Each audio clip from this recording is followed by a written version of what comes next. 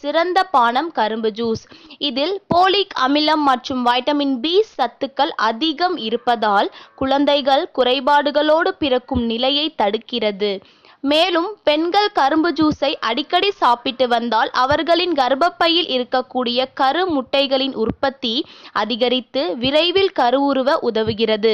கரும்பு ஜூஸ் அருந்துவதால் நம்முடைய தோல் பளபளப்பாக இருக்கும். இதில் இருக்கும் ஆன்டி ஆக்சிடென்ட்ஸ் மற்றும் ஃபினோலிக் என்ற கூட்டுப் பொருட்கள் சருமத்தில் ஈரப்பத தன்மையை அதிகரிக்கிறது.